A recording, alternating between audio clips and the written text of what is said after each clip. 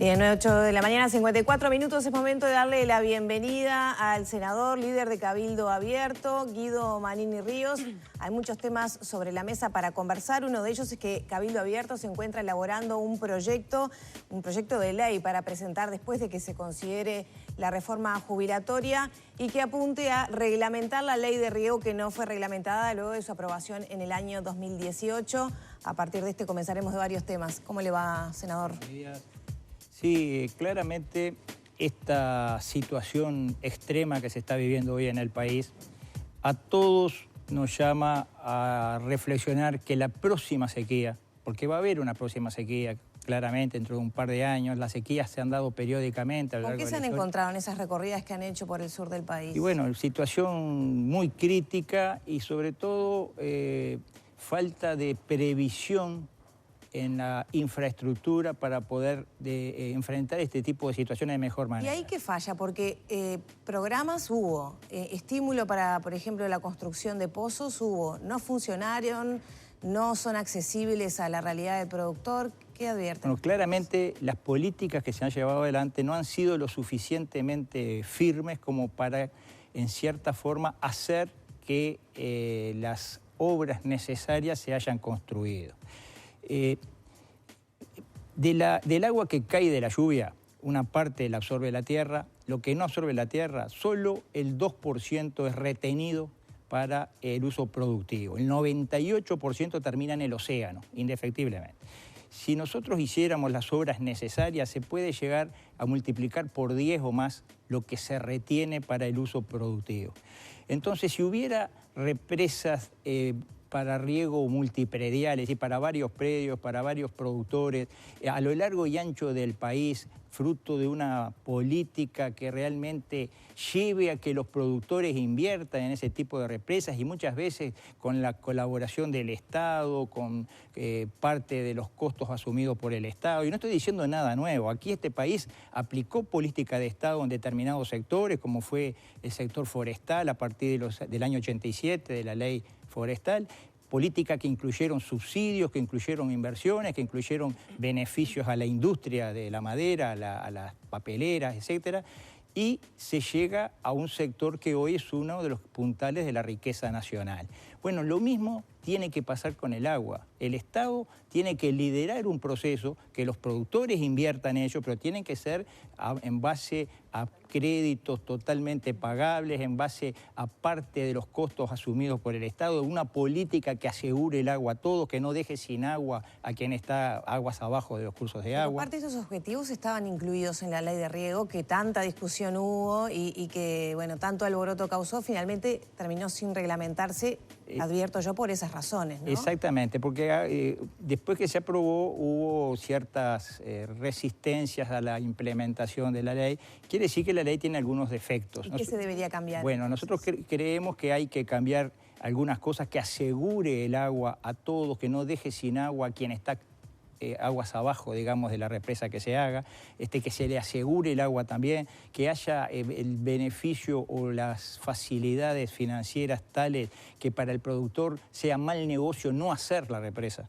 ¿no? Tiene que ser un buen negocio en tanto devolución de impuestos, en tanto aparte de los costos asumidos por el Estado, en parte al beneficio que le significa el agua. Un cultivo de verano con riego produce varias veces lo que produce el mismo cultivo sin riego. En caso del maíz, por ejemplo, es emblemático. Es decir, el riego tiene que ser una especie de política nacional que se lleva adelante en forma, yo diría, entre comillas, agresiva, para que la próxima seca, que la va a haber, y tal vez sea peor que esta o igual, bueno, que nos agarre por lo menos mejor preparado, con más agua disponible, con más posibilidades de poder enfrentarlo. Senador, ¿cómo vio la respuesta ayer que dio el ministro de Ganadería tras la reunión con el presidente de la República y presidentes de otros entes y organismos de crear un GACH? Justamente fue consultado también por la ley de riego y señaló, bueno, la creación de este GACH para hacer frente a la sequía. ¿Cómo lo ha visto? Bueno, esa información. Yo digo que no es mala cosa que los expertos, que los que realmente saben de un tema, asesoren. Pero yo creo que acá ya estamos excedidos de asesoramiento en todos los rubros. De lo que hablemos, siempre vamos a crear un GACH, vamos a crear una comisión. Hay que empezar a hacer, entonces. Yo creo que es hora de ejecutar. Acá hubo una ley, bueno, esta ley habrá que hacerle las modificaciones necesarias, por eso hablamos desde el ámbito legislativo, habrá que hacerle para que se reglamente, porque esa ley nunca se reglamentó, y que de una vez por todas, yo diría mañana mismo, porque ahora va a llover seguramente y ojalá llueva en los próximos días, y después todos tendemos a olvidarnos de la seca porque ya llovió, porque no, hay que saber que va a venir otra seca y va a ser igual o peor que esta. Desde el siglo XIX en la historia hay secas que son periódicas, que a cada rato pegan el cimbronazo, que terminan con Bueno, Frati comparaba esta sequía con la del 89, dice que ha sido de similares características. Le pregunto, ¿se demoró el gobierno en ejecutar acciones para evitar esta situación? No se puede decir que se demoró. Indudablemente uno siempre está con la expectativa de que se va a solucionar climáticamente el problema y bueno, cuando se llega al punto en el cual hay que adoptar medidas, siempre es tarde. Digamos, todas las medidas que adopta el gobierno son insuficientes, todas. Se pueden hacer algunas más de lo que se están haciendo ahora. Nosotros ahora estamos proponiendo, lo hemos hablado con las autoridades económicas, una exoneración de IVA en la tarifa de UTE a los productores mientras dure la emergencia climática, una quita en los aportes al BPS, no solo la posposición del vencimiento. Son cosas que se pueden agregar a lo que ya se adoptó. Se puede implementar un plan de reparto de ración, porque ahora, después de este periodo, se viene el invierno, no hay pasto, va a haber problemas muy serios de alimentación. Yo creo que el racionamiento del ganado va a ser una necesidad para muchos. ¿Y la implementación de un sistema SIGA adecuado al sector? Sí, por supuesto que también. Todo lo que sea facilidades crediticias y situaciones mejores, digamos, para el acceso a los recursos necesarios es importante. Hay que darle oxígeno al productor nacional, al trabajo nacional. Somos conscientes de que cuando muere un productor nacional, es decir, cuando abandona la actividad, cuando termina en la ciudad, no vuelve más, y eso ya es tarde. Cuando una persona muere ya no se la puede resucitar. Bueno, acá es lo mismo, acá hay que evitar que se muera, hay que darle oxígeno a la gente en el momento en que todavía la están peleando. ¿Cómo está el Frente Amplio trabajando con Cabildo Abierto pensando en esas medidas para evitar estas situaciones cuando hay déficit hídrico?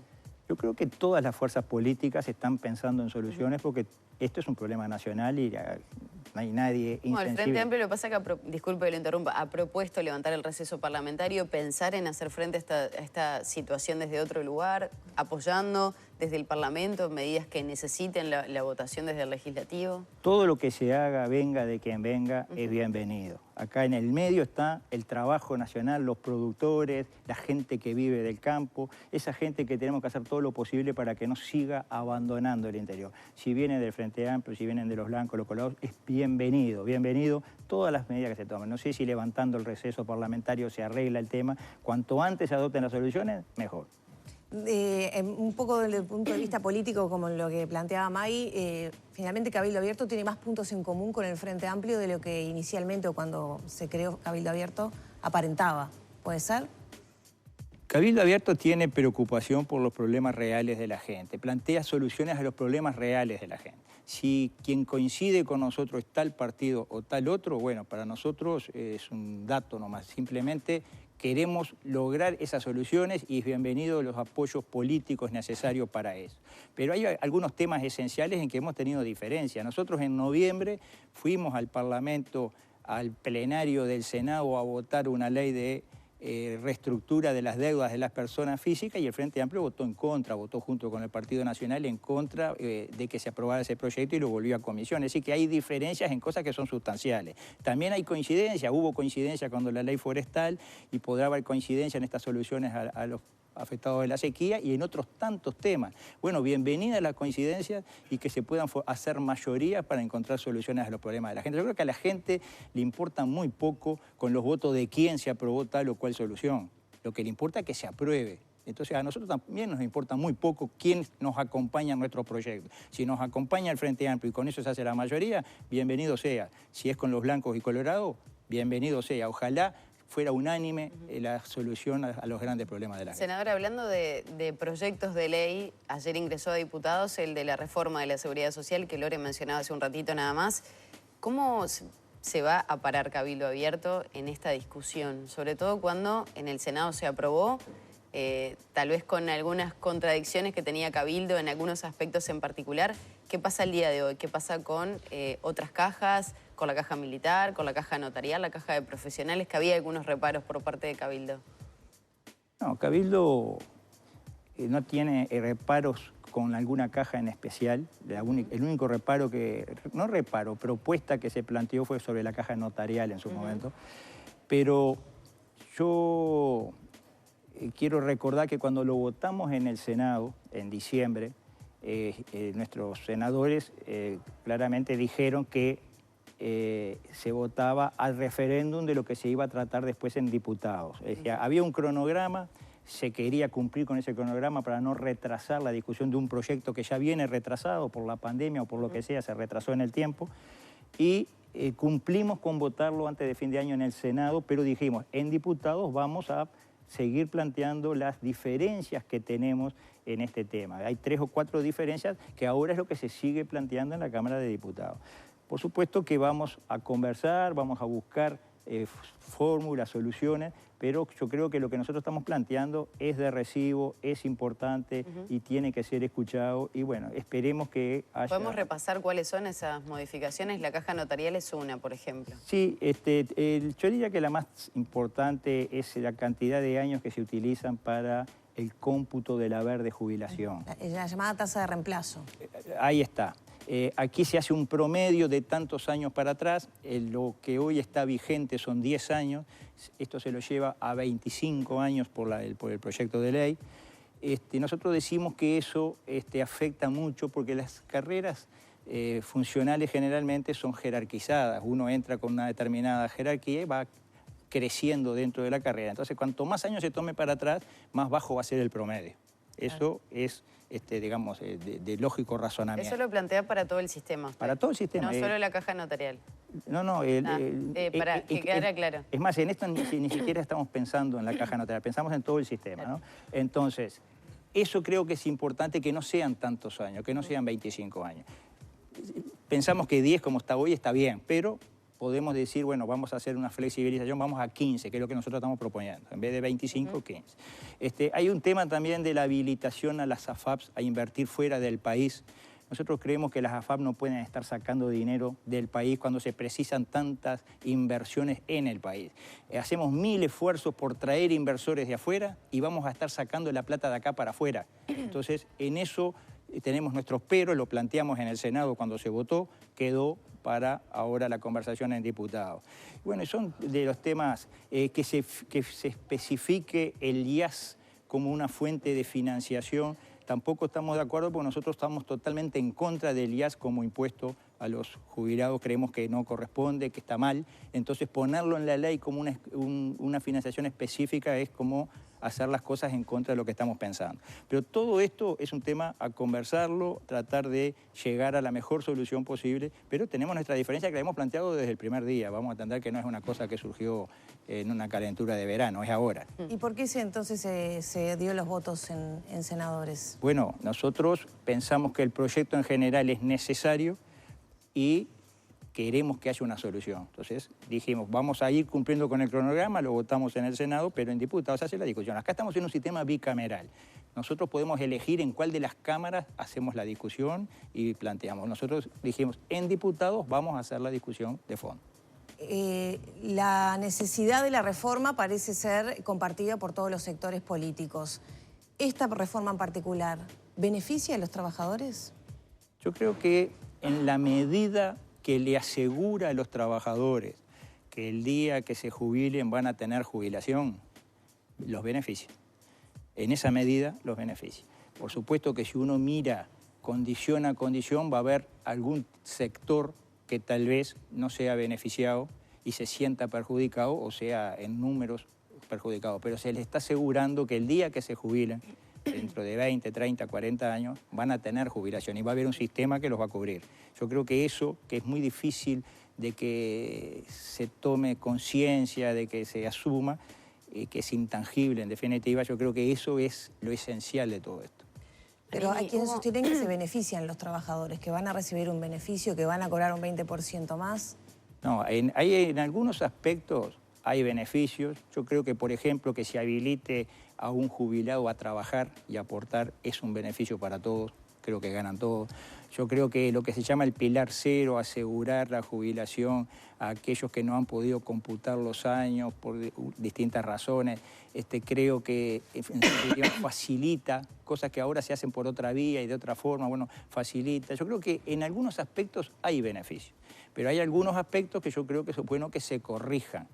Entonces, en eso es que nosotros estamos en cierta forma insistiendo ahora en diputados. Manini, se habló de algunas suspicacias, sobre todo en medio de esta discusión, ¿no? Lo que quiere modificar Cabildo Abierto. Se dio una reunión en el este del país donde los representantes de Cabildo Abierto no concurrieron, sí estaban del Partido Nacional y Partido Colorado, si no me equivoco. Y además se dio una situación también que el Frente Amplio lo tomó como un cambio de figuritas respecto a ese pago de pensiones para víctimas de la guerrilla, que se dio también en el medio de la discusión de la reforma jubilatoria. ¿Es una manera eso que tiene Cabildo Abierto para de alguna manera presionar para esas modificaciones que se pretenden realizar? Yo creo que es muy mezquino decir que una ley tan justa y necesaria como la de reparación a gente que ha sido víctima de organizaciones armadas en el pasado, tomarlo como que es un cambio de figurita. Yo creo que es una ley que... Amplio. Fueron algunas de las suspicacias que manejó el Frente Amplio. Yo creo que es muy mezquino ese razonamiento, simplemente es una ley de justicia que viene demasiado retrasada. El propio Tabaré Vázquez había propuesto en su proyecto de ley esta misma reparación, o sea que me parece que estamos hablando cosas equivocadas. La no concurrencia de nuestros legisladores, más allá del tema puntual que tuvieron para no concurrir, también obedece a que no hay ninguna señal de que se quiera en esta instancia digamos, tratamiento en la Cámara, negociar o flexibilizar la realidad. Entonces, si no hay nada, ya hay señales, porque hay declaraciones públicas de que esto no se toca, bueno, ¿a santo de qué van a ir a una reunión para conversar del tema? Ese es más o menos el razonamiento, pero yo pienso que en los próximos días, en las próximas semanas... O sea que hubo un mensaje que se pretendió dar al no concurrir a esa reunión. Sí. Si no va a haber modificaciones, ¿para qué vamos a ir? Tómelo como un mensaje, pero también hubo situaciones puntuales por las cuales no pudieron ir. Bien. Así que la discusión va a ser intensa. Va a ser intensa, seguramente va a ser intensa. ¿Y qué pasa con los tiempos? Porque el gobierno está ahí presionando para hacerlo rápido, ¿no? Ágil. Las negociaciones, por más intensas que sean, se pueden hacer en muy corto tiempo si hay voluntad para hacerlo. ¿Usted piensa que puede negociarse bien y en poco tiempo? Sí, se puede negociar. Lo que a veces se demora meses se puede hacer en semanas o en días.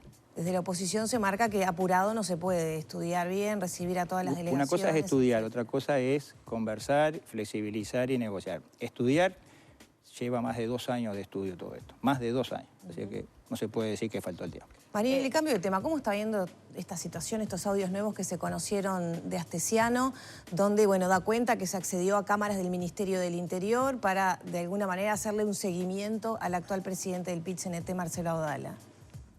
Yo no quiero expedirme sobre lo que dijo alguien que de apariencia delictiva o por lo menos o un delincuente, por decirlo con todas las letras, en un audio, una conversación personal. Yo creo que está todo muy en el aire. Hay que verificar si efectivamente hubo un seguimiento, si hubo orden de alguien de hacer el seguimiento. De comprobarse todo es muy grave, ¿no? Acá a cualquier uruguayo no lo pueden estar siguiendo porque se le antoje a alguien, ¿no? En ese sentido es grave. Pero primero hay que comprobar. Yo creo que estamos hablando del audio de un delincuente que pudo haber dicho algo real o pudo haber dicho cualquier bolazo con tal de ganar la amistad o la simpatía de alguien o de ganar algún punto en su escala de influencia. Yo pensé, estamos haciendo de esto como que fuera la verdad revelada y tal vez estamos ante un delirante que dice cualquier cosa en su... Bueno, un delirante que ocupaba un lugar muy especial, sí, ¿no? De cercanía del presidente y del cuidado de la familia más importante del país, que es la del presidente, ¿no? Sin lugar a duda. Ese es el problema inicial. ¿Y alguien había habilitado el acceso, por ejemplo, a las cámaras dentro del Ministerio del Interior, si es que así lo hizo, como parece ser en el audio, ¿no? Si se comprueba, repito, es muy grave, amerita una investigación y bueno, que se delimiten las responsabilidades y que los responsables paguen por su responsabilidad. ¿Amerita ahora, por ejemplo, interpelar al ministro Heber? Yo no digo interpelar, no estaría de más que la Secretaría de Estado diera las explicaciones del caso, que pida ser recibido por la Comisión de Seguridad correspondiente y que explique la realidad de los hechos una vez que tenga toda la información al día. Hablando del Ministerio del Interior, ¿cómo ve la propuesta que se ha manejado por parte del ministro Heber, del trabajo y la reinserción laboral también de quienes obtienen nuevamente su libertad? Bueno, claramente si el ministro... ¿Se conoció más detalles? Porque también había ciertos reparos porque no se conocía demasiado cómo iba a ser ese plan. Hasta donde yo sé hasta ahora, ¿no? Claramente el ministro tiene información de que eso fue exitoso en otros lugares, en otros países, si no, no va a proponer una cosa de esta. Acá en el Uruguay yo le veo, por lo menos tengo cierta incertidumbre, ciertas dudas. Un ex delincuente que va a trabajar cerca de los delincuentes, ¿qué tan efectivo es eso?